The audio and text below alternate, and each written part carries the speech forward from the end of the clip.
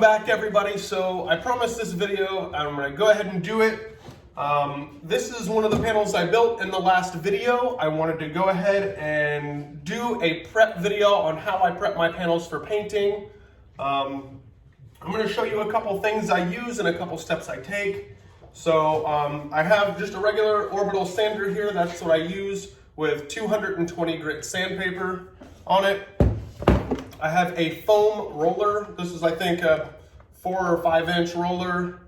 I use that and it's a foam, so it's nice and smooth. It allows you to get a good smooth consistency with the gesso. I have a stainable wood filler here. You don't have to have stainable, it's just what I happen to have on hand. But just a small amount of wood filler just helps fill in these little nail holes around the edges that I used. And then last but not least, I have golden sandable gesso. And I'll post info on what products these are and where to get them. All right, next step in the video is to put in some of the small wood filler here. There's just little tiny nail pops here and there. Nothing crazy, they're not too deep, they're nothing really to worry about.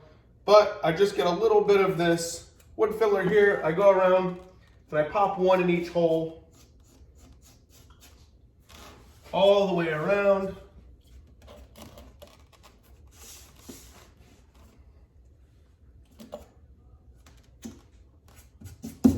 And that should do it. After that, I usually just take a little spackling knife, go around and scrape off whatever the excess is on each hole. Now that that's finished, my next step is to get the gesso. What I have here is golden hard gesso sandable. I used to use Liquitex quite a bit. I really love Liquitex. It did a great job. But the place I got it from happened to be out one time and they weren't gonna have it back in stock, so I picked up the golden just as chance, only because I really needed it and I was out. So I decided I'm gonna try out the golden and fell in love with it ever since. So the golden is a lot more loose than the Liquitex was. So basically all I do is dip it in there with a clean roller. Get a good amount on there. This is a decent sized panel. And I just roll it on generously. You'll know if it's too much because then the roller won't roll. At that point, you'll just transfer whatever's left over onto whatever other panel you're working on. I usually do 4 or 5 panels at a time, or however many I've got to do as far as my commission work goes, or what paintings I have planned coming up. The good thing about this gesso is it allows you to kind of pick a surface that you want to paint on. For a long time, I just did an acrylic layer over, so I'd get like flat white acrylic paint, and I would paint over my panels in order to have a good flat surface. And I was introduced to gesso by some artist friends of mine. I had heard about it and just was like, oh, you know, what's the difference? There's a huge difference, and let me tell you that right out of the gate. And if you have the opportunity to skip the trial and error, take it. Go straight to gesso. Start using it immediately. It's worth every penny. Even if you decide to make your own gesso, I haven't ventured into that. I like the consistency of the golden. I like the consistency of how it flows onto my painting surface. And I love the texture it leaves. The good thing about that is once this is all rolled on, I let it dry. I give it another sanding with the 220 grit.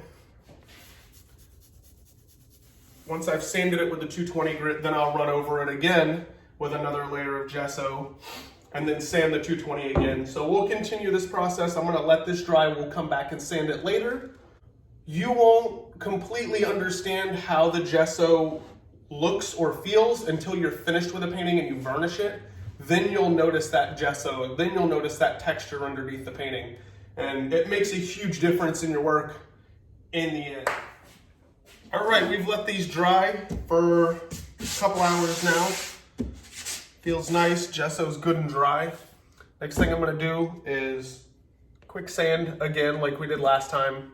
And then I'll do another quick coat of the gesso again and wait for that to dry.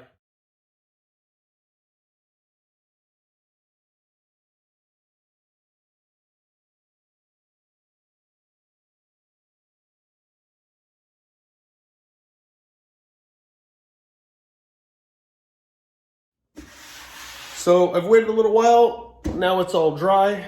Both layers have dried well. Done a little extra sanding here with the 220. I figured I'd save you guys the boringness of watching me sand the rest of this panel.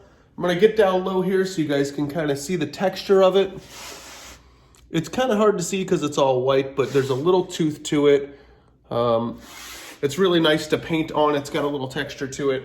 So thank you guys for watching this video. If you have any comments or questions or need any advice, feel free to drop comments below. I'll be happy to help out. Thanks again for watching, and I look forward to seeing you guys in the next few videos.